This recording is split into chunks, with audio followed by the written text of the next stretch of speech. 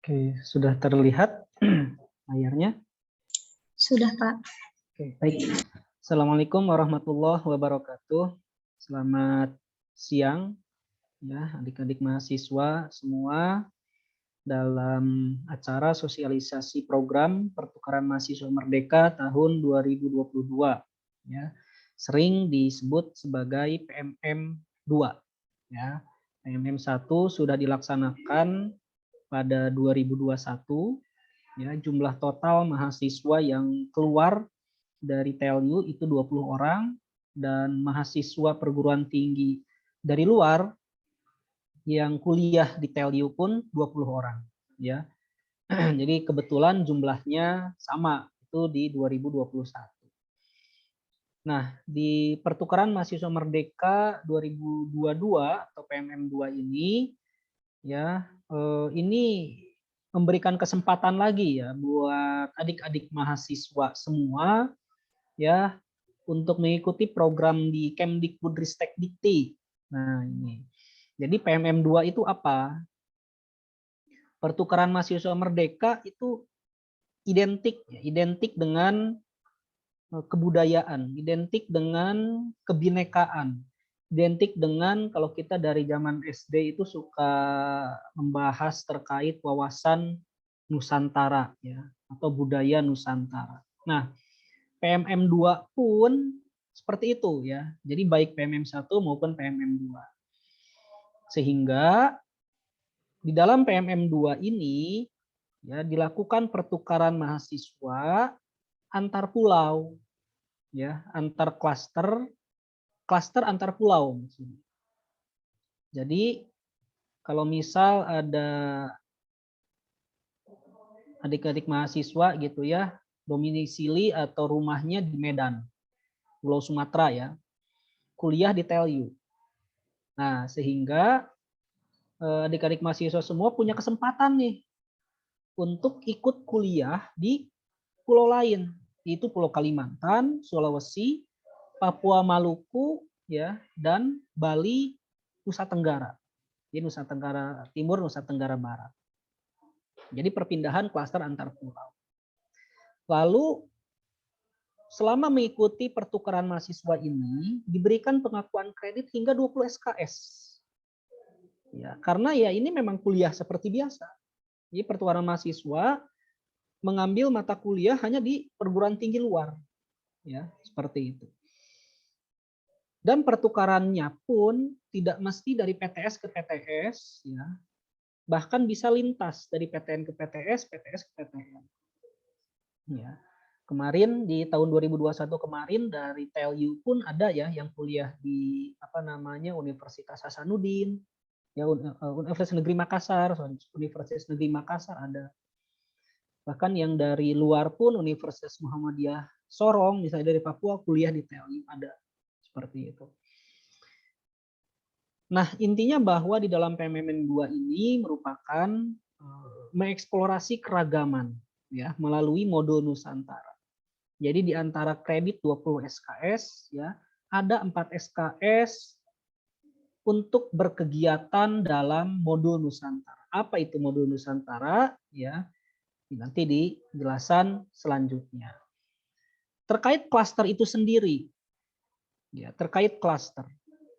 Jadi di dalam PMM 2 ini akan melibatkan sebanyak 16.000 mahasiswa ya yang tersebar di dalam 194 perguruan tinggi penerima. Klaster dibagi 6. Jadi ada Sumatera, ada Kalimantan, Sulawesi, Papua Maluku, Jawa dan Bali Nusa ya, Bali Nusa. Di dalam PMM 2 ini adik-adik mahasiswa bisa memilih perguruan tingginya langsung.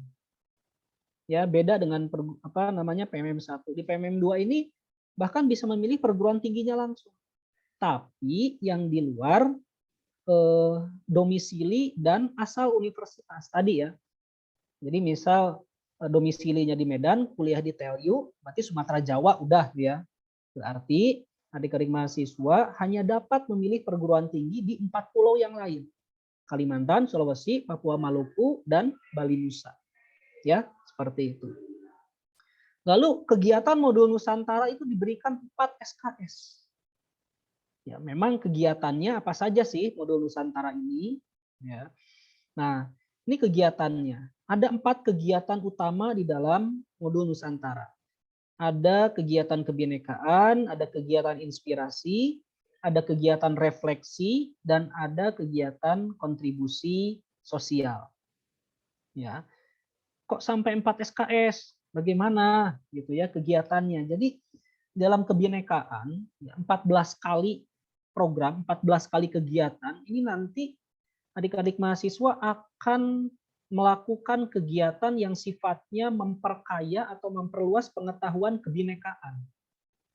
Ya, memperluas pengetahuan kebinekaan, entah itu ke apa namanya mengunjungi tempat wisata, mengunjungi tempat budaya gitu ya, lalu situs-situs bersejarah seperti itu. Sehingga memperkaya pengetahuan ya yang mengikuti akan begitu besarnya gitu ya, begitu banyaknya ragam budaya di Indonesia. Lalu ada 3 kali kegiatan inspirasi. Ini merupakan kegiatan temu ya, temu apa namanya tatap muka atau temu bicara dengan tokoh-tokoh yang memang menginspirasi, ya menginspirasi, terutama figur di daerah ya.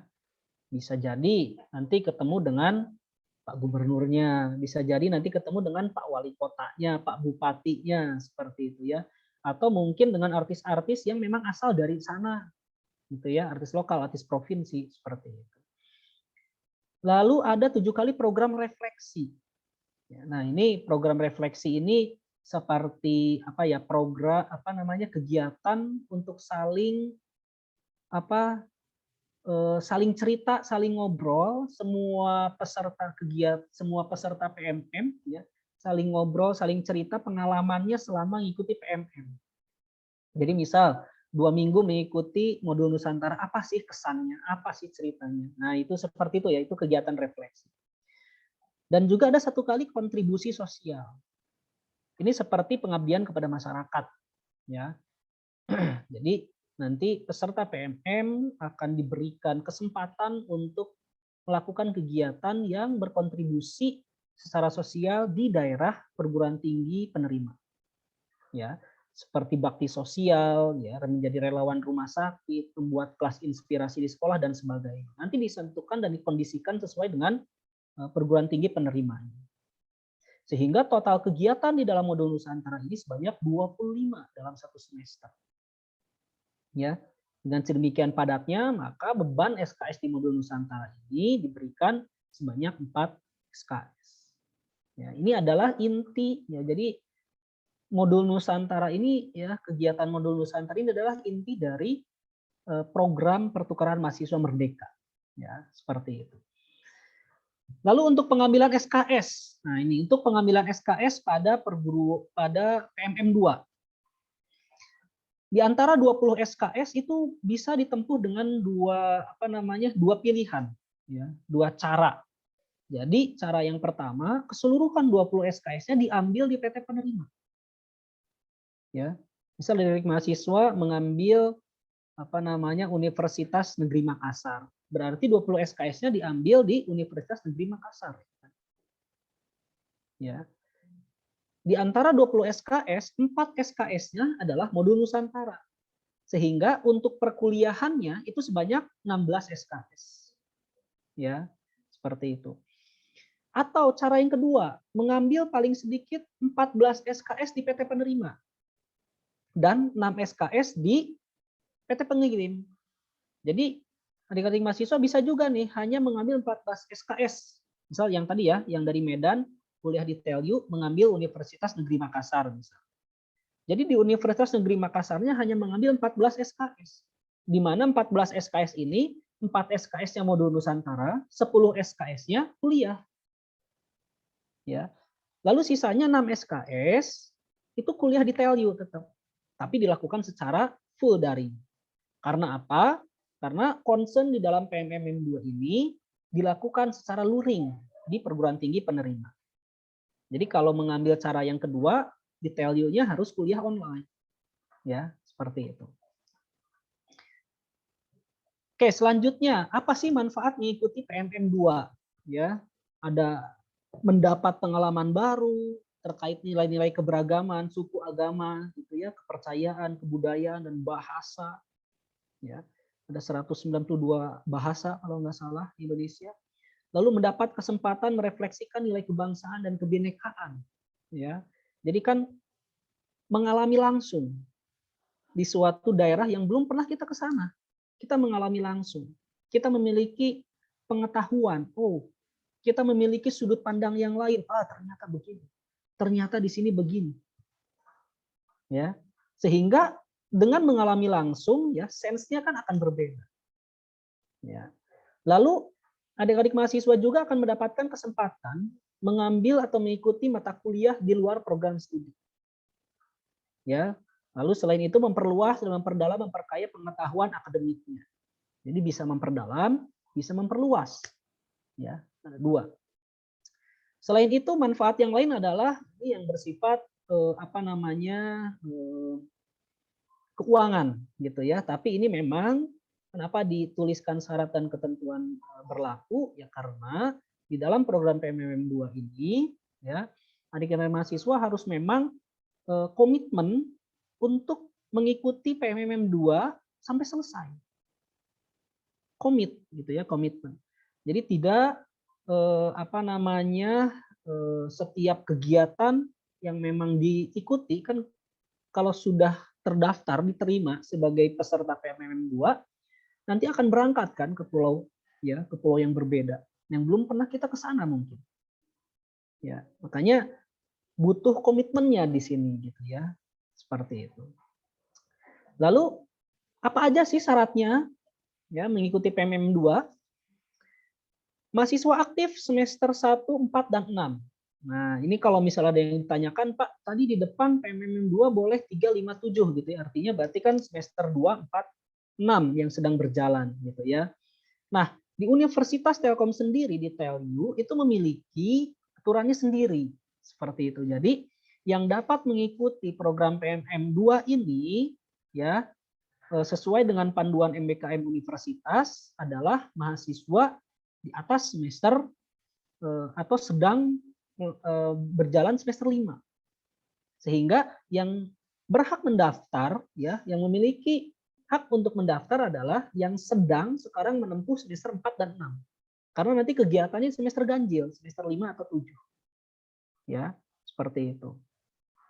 Terdaftar di Pededikti jelas. Jadi nanti pada saat adik-adik mahasiswa daftar ya di situsnya itu program despmm.id ya nanti akan cek tuh ya akan dicek apakah terdaftar di Pededikti atau tidak dan belum akan lulus hingga program PMMM 2 selesai ya.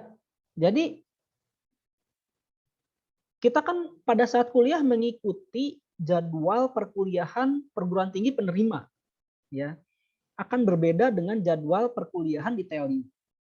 Bisa jadi lebih cepat, bisa jadi lebih lambat ya dengan perkuliahan di TELI. Sehingga syaratnya adalah ya yang akan mengikuti belum akan lulus hingga program PMM 2 selesai. Lalu selama mengikuti program PMM ya peserta PMM tidak boleh mengikuti kegiatan MBKM lainnya. Jadi khusus PMM aja, pertukaran mahasiswa merdeka ya, seperti itu. Lalu tidak pernah dikenakan sanksi akademik dan non akademik, mendapatkan surat izin. Nah, ini penting ya, penting ini mendapatkan surat izin. Surat izinnya dari siapa? Dari perguruan tinggi pengirim, yaitu Kaprodi. Ya, dari prodi masing-masing.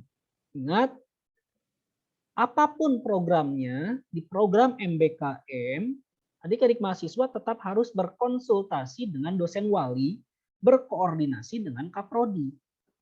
Ya. Sehingga untuk mendapatkan surat izin pun itu surat izinnya dari Kaprodi. Ya. Lalu yang kedua surat izin jelas ya, surat izin dari orang tua atau wali ya, karena restu kita adalah restu dari orang tua, maka harus dapat izin dari orang tua. Ya, seperti itu.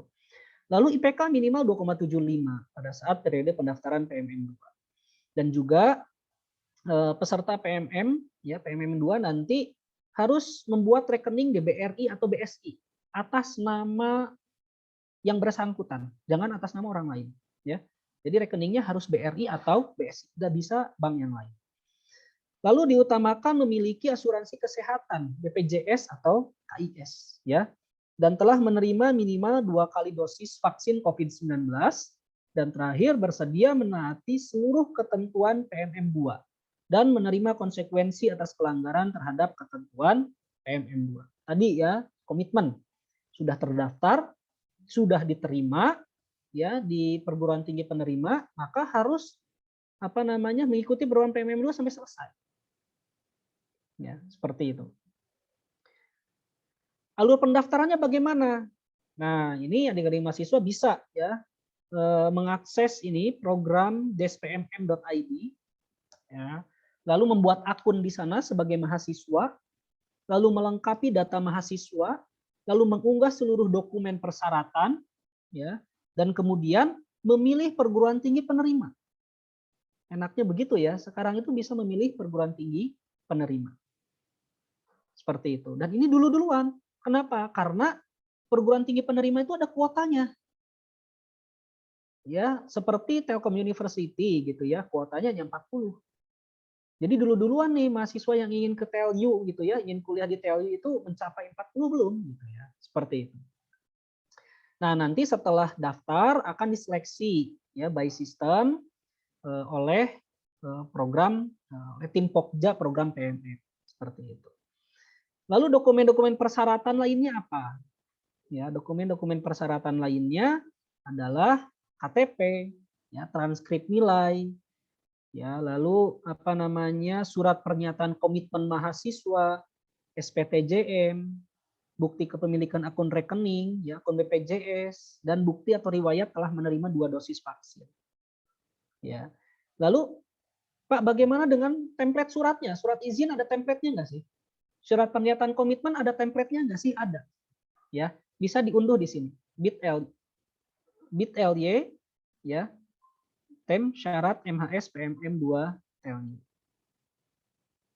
Template-template surat bisa diunduh di sini. Ya. Di situ ada template surat apa saja? Ada surat izin dari perguruan surat izin dari PT pengirim yang ditandatangan Kaprodi, ya. Ada template surat izin orang tua yang ditandatangani oleh orang tua. Dan surat pernyataan komitmen mahasiswa. Ya, template-nya sudah ada. Tinggal diunduh, tanda tangan, upload. Oke, seperti itu. Terkait surat pernyataan tanggung jawab mutlak atau SPTJM, ya, template-nya nanti akan kita susulkan kemudian. Ya, karena saat ini untuk pendaftaran tidak perlu mengunggah SPTJM. Ya, nanti kalau misal adik-adik mahasiswa sudah diterima, ya, dan ada unggahan dokumen lainnya, baru nanti kita akan share untuk template SPTJM. Seperti itu, ya.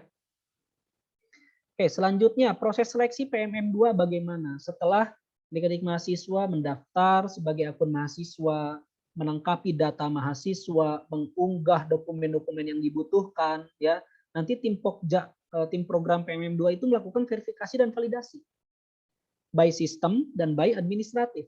Jadi memang betul-betul dicek gitu ya, verifikasi dan validasi. Lalu adik-adik mahasiswa akan mengikuti survei kebinekaan. Ya, pada saat pendaftaran, melengkapi dokumen.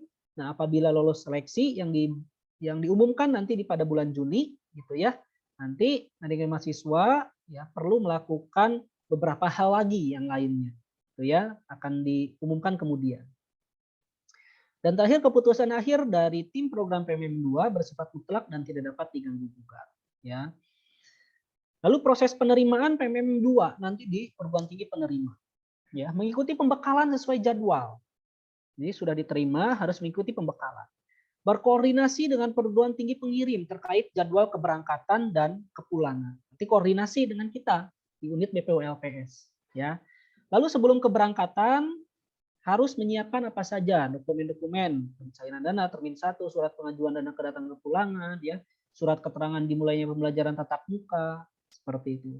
Saat tiba di perguruan tinggi penerima, menyiapkan dokumen, ya, LOA, surat permohonan pencairan dana untuk biaya hidup 3 bulan pertama, seperti itu. Ini adalah proses-proses setelah diterima. Oke, tadi adalah syarat ya dan alur untuk mendaftar program PMM 2. Nah, kalau sudah diterima, nanti akan juga mengunggah SPTJM. Nah, SPTJM ini tanda tangan ini oleh Wakil Rektor 1. Ya, tadi kalau surat izin dari PT ditandatangani oleh Kaprodi, SPTJM ditandatangani oleh Wakil Rektor 1. Untuk surat izin, adik-adik untuk surat izin dari perguruan tinggi yang ditandatangan Kaprodi, ya, adik-adik mahasiswa bisa langsung menghubungi Kaprodinya masing-masing. Ya, untuk surat izin dari perguruan tinggi. Ya, tanda tangannya Kaprodi. Adik-adik mahasiswa menghubungi langsung Kaprodinya.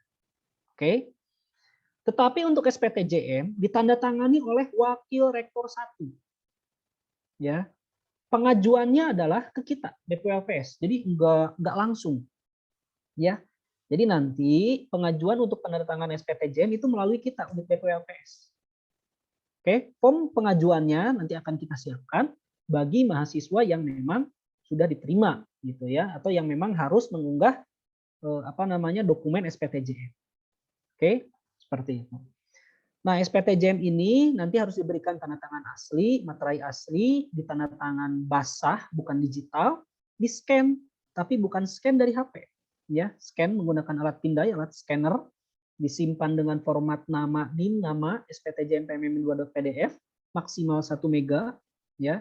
Lalu mengunggah file SPTJM ke form, ya, formnya akan kita beritahukan kemudian nanti. Nah, yang nomor 4 nih, pengisian form SPTJM di antara jam 8 sampai jam 2, maka SPTJM akan diproses pada hari H+1. Misal, ya, adik-adik mahasiswa mensubmit SPTJM hari Kamis jam 1 siang. Maka SPTJM diproses besok. Ya. Karena apa? Karena tanda tangan Pak Wakil Rektor 1. Ya, perjalanannya panjang gitu ya untuk mencapai ke sana. Sedangkan kalau adik-adik mahasiswa mengisi SPTJM-nya di atas jam 2 hari Kamis, tapi jam 3 sore, maka SPTJM akan diproses pada hari Senin, H+2. Kenapa bukan hari Sabtu? Gitu ya. Kita melihat kondisi nanti. Sabtu Minggu adalah bukan hari kerja, seperti itu ya. Kita nanti melihat situasi dan kondisinya seperti apa. SPTJM yang sudah ditandatangani Wakil Rektor 1 dan Dicap, ya, akan dikirimkan ke email yang didaftarkan pada saat pengisian formulir SPTJM. Itu ya. Nah, ini terkait SPTJM program PMM 2. Oke, informasi lebih lanjut. Nah, ini ya, bisa mengakses situs kita ya di bpulps.telkomuniversity.ac.id atau bisa juga mengakses ini bit.ly/pmm2-lu. Itu informasi lengkapnya di sana ada. Ya, itu web kita, web BPULPS. Atau bisa juga melihat buku panduan PMM2 ya, bit.ly buku panduan PMM2. Atau bisa juga follow Instagram kita. Ya, biar mendapatkan informasi-informasi yang selalu update di bpulps_telkom university. Ya. Nah, ini link-link ini bisa diakses ya, kapanpun gitu ya. Hari ini pun adik-adik mahasiswa bisa langsung mengaksesnya ya untuk link-link ini. Oke, nah ini informasi-informasi terkait PMM pendaftaran di PMM 2 ya. Tagline-nya adalah bertukar sementara, bermakna selamanya ya. Mendapatkan semua pengalaman, mendapatkan semua pengetahuan, semua pengayaan ya, dan bahkan bisa meningkatkan relasi. Kita banyak ketemu teman-teman baru nanti ya, di perguruan tinggi penerima. Ya. Oke. Baik, demikian ya penjelasan atau sosialisasi terkait program pertukaran mahasiswa merdeka PMM 2 ini. Terima kasih. Saya kembalikan kepada MC. Ya. Assalamualaikum warahmatullahi wabarakatuh. Waalaikumsalam warahmatullahi wabarakatuh. Ya, terima kasih kepada Pemaki atas penyampaiannya mengenai program PMM 2 ini. Semoga apa yang disampaikan bisa jelas ya ke teman-teman. Teman-teman bisa paham dan bisa langsung mendaftar di program PMM 2. Mungkin sekarang saatnya waktunya diskusi. Yang ingin bertanya secara langsung boleh langsung mengucapkan nama dan program studinya sambil raise hand. Jadi nanti saya lihat siapa yang mau bertanya. Kemudian kalau misalnya mau bertanya lewat chat juga bisa. Tadi udah dikirim formatnya. Silakan ketik namanya, program studi, kemudian pertanyaannya apa.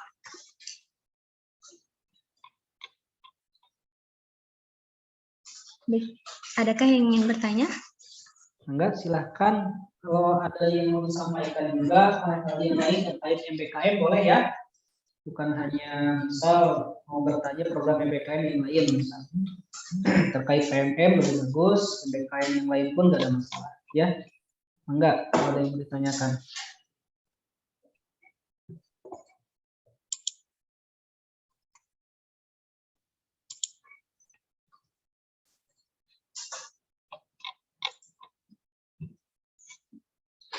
Kayaknya udah paham semua pemaki ini. Kenapa? Oh ya, tadi siapa? Boleh raise hand? Saya Cynthia, Kak.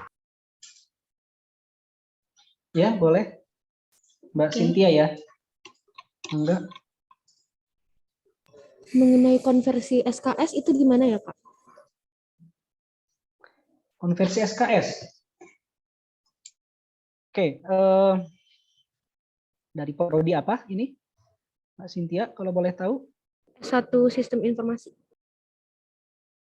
Oh, sistem informasi. Oke. Nah, gini. Jadi apa namanya? Kenapa? Jadi terkait konversi SKS ya. Posisi. Jadi begini ya. Jadi adik-adik mahasiswa kan memilih mata kuliah, mengambil mata kuliah di perguruan tinggi luar. Oke. Contoh, perguruan tinggi tadi saya sebutkan Universitas Negeri Makassar. Ambil mata kuliah jaringan komputer. Oh, kalau sistem informasi mungkin mengambil mata kuliah enterprise arsitektur. Atau mengambil mata kuliah tata kelola IT. Ya. Di Universitas Negeri Makassar. Sehingga ya mata kuliah konversinya di TELU adalah mata kuliah yang CLO ya atau outcome atau luaran mata kuliahnya sama. Tadi di Universitas Negeri Makassar mengambil mata kuliah enterprise arsitektur, mengambil mata kuliah tata kelola IT. Maka di TELU pun kita perlu mencari mata kuliah yang padanannya sama, outputnya sama. Output dari mata kuliah enterprise arsitektur apa sih? Ya, output dari mata kuliah tata kelola IT apa sih? Gitu. Nah, itu yang paling paham siapa? Dosen wali. Paling paham siapa? Kaprodi. Ya. Jadi saran ya untuk menentukan mata kuliah konversi silahkan konsultasi dengan dosen wali, silahkan berkoordinasi dengan Kaprodi. Oke. Jadi nanti biar apple to apple gitu ya. Jadi membandingkannya yang paling tahu adalah dosen wali dan Kaprodi. Lalu bagaimana kalau beda SKS? Misal, nah konversinya beda SKS. Di Universitas Negeri Makassar SKS-nya 2, di TELU 3.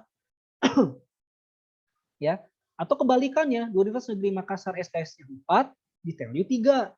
Bagaimana nih? Ya. Nah, silahkan gitu ya. Itu adalah kebijakan ada di program studi masing-masing. Oke, kebijakannya. Jadi bagaimana apakah akan dikonversikan dengan setara? Itu karena tetap nanti yang dilaporkan ke Pededikti adalah mata kuliah yang diambil di TELU. Jadi berapapun SKS yang diambil nanti di Universitas Negeri Makassar tadi ya, di apa namanya di 2 SKS, 4 SKS, ternyata di TELU 3 SKS, yang dicatatkan hanya 3 SKS. Karena mata kuliah yang dilaporkan adalah mata kuliah yang diambil di TEL. Oke, seperti itu. Versi SKS, ya adik-adik mahasiswa harus konsultasi dengan dosen wali, harus berkoordinasi dengan Kaprodi, menentukan MK ekivalennya, mata kuliah ekivalennya. Ya, atau sistem informasi mengambil di Universitas Negeri Makassar adalah tentang wirausaha misal. Mata kuliah wirausaha. Ya. Maka di prodi sistem informasi harus dicari mata kuliah yang luarannya sama. Atau mungkin mata kuliah lain yang disarankan atau direkomendasikan oleh Kaprodi atau dosen wali. Gitu ya. Mbak Cynthia ya, mudah-mudahan menjawab. Mohon maaf Pak, izin bertanya lagi boleh Pak? Boleh. Kebetulan saya telat masuk tadi, pernah ada satu dan lain hal, jadi saya agak ketinggalan tadi. Terus saya ingin bertanya Pak, yang saya lihat dari website gitu, katanya untuk SKS itu maksimal cuma bisa ngambil 20 ya Pak? Atau minimalnya 20? Oke, nah 20 SKS, nah ini dia. Jadi begini, 20 SKS adalah ketentuan dari Kemdikbudristekdikti. Kenapa? Gitu ya. Di dalamnya 20 SKS ini termasuk kegiatan modul Nusantara.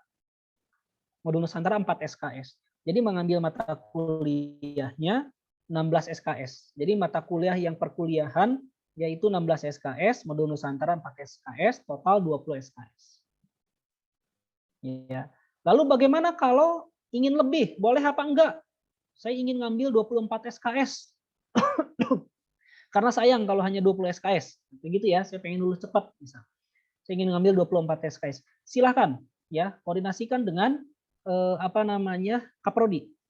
Konsultasikan dengan dosen wali. Saya ingin mengambil 22 SKS, saya ingin mengambil 24 SKS ya, seperti itu. Tapi nanti tetap yang diambil di perguruan tinggi penerima itu hanya total 16 SKS. Gitu ya.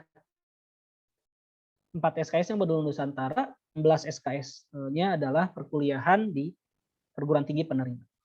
Gitu ya, Mbak Cynthia ya. Satu lagi Pak, maaf Pak banyaknya. Nggak apa-apa. Sekali lagi itu saya baca di website, katanya kan untuk benefitnya ada pemotongan UKT ya. Bagaimana kalau misalnya saya anak beasiswa Pak? Tapi nggak beasiswa Kemendikbud, beasiswa dari Telkomsel, itu gimana? Oke, gini. Terkait UKT, bukan pemotongan ya tepatnya ya, tapi bantuan. Karena kalau pemotongan, UKT-nya Mbak Cynthia nanti dipotong. Misal UKT-nya Mbak Cynthia berapa? 9 juta.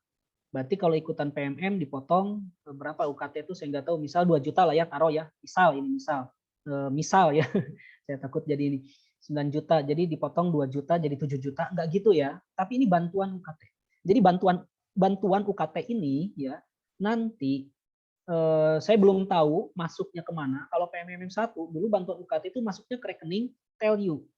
Gitu. Nanti di TELU sendiri yang mengolah secara internal. Kalau kemarin bisa ya ada 2 cara, dipotong langsung dari biaya UKT-nya ya, atau memang dibebankan atau ditransferkan ke mahasiswanya langsung. Bisa seperti itu. Tapi yang berhak mendapatkan ya, yang berwenang atau berhak mendapatkan bantuan UKT ini adalah mahasiswa yang tidak mendapatkan beasiswa pemerintah. Jadi kalau sudah mendapatkan beasiswa pemerintah, itu tidak mendapatkan bantuan UKT lagi. Ya.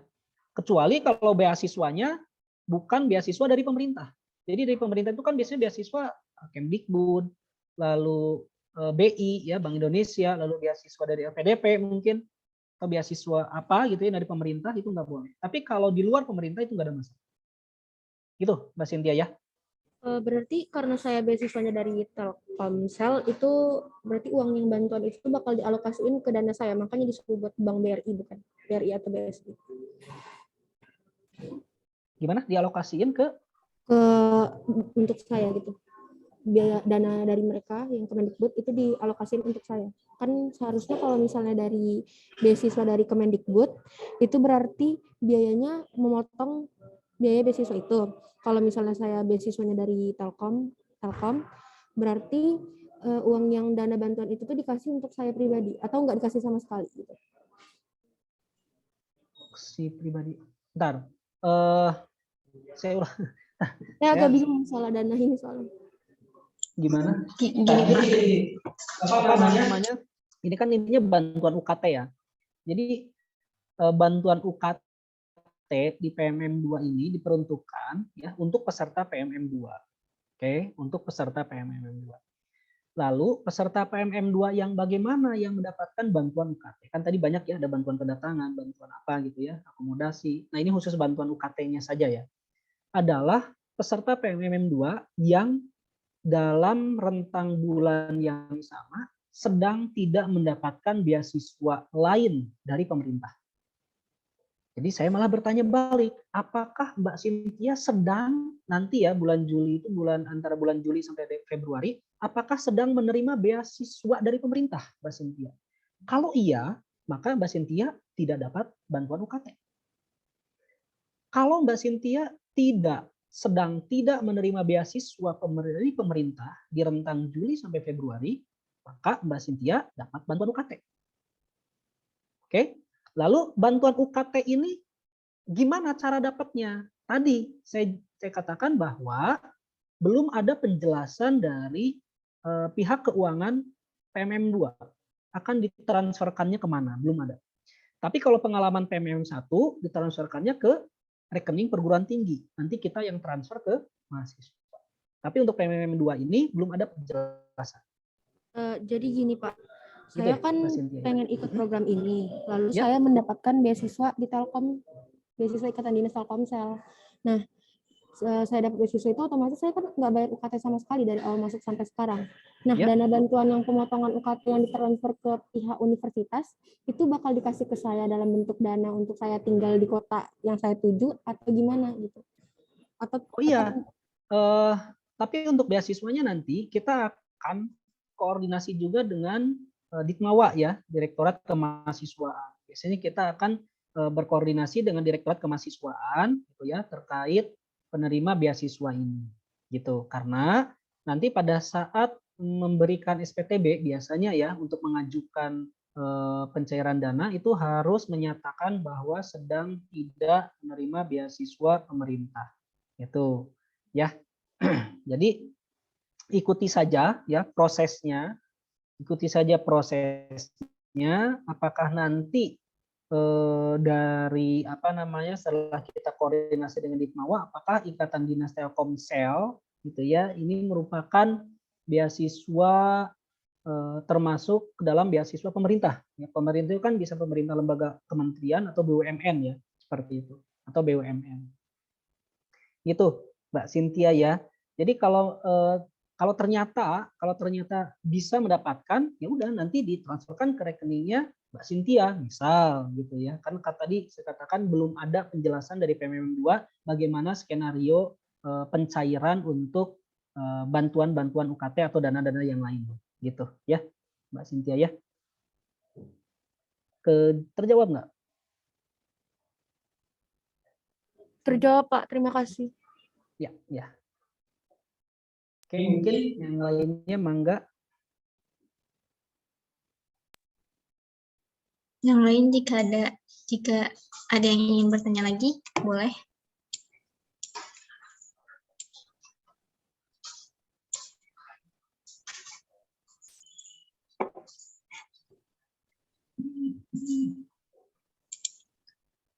Atau terkait program MBKM lainnya yang ada.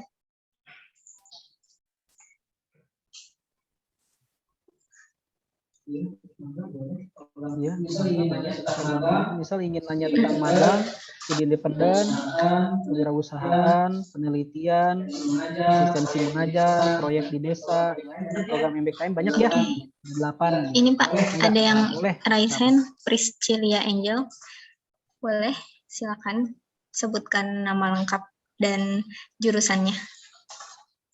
Selamat siang, Pak. Saya Prisca Angel dari jurusan Teknik Elektro. Iya. Jadi gini, Pak, kalau yang saya lihat di Instagram itu kan daftar mata kuliahnya ada yang ditentukan gitu, yang ditawarkan.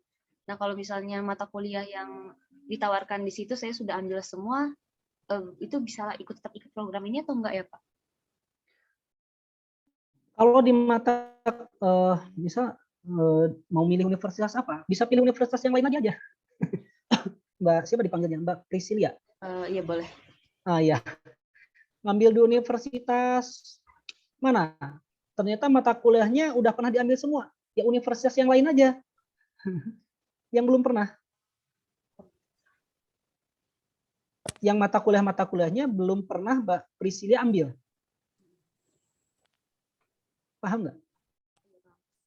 Terus untuk penentuan univ yang nanti dipilih itu tergantung saya atau ada penentuan gimana ya, Pak? Oh, kecil ya? Suaranya kecil ya? Ini Pak, untuk pemilihan universitasnya nanti dia yang milih atau nanti dari PMM-nya sendiri gitu. Iya, di PMM 2 ini yang baru itu. Jadi bisa langsung memilih perguruan tingginya langsung. Ya. Oh, gitu. Iya. Jadi siapa Mbak Priscilia misal orang mana nih?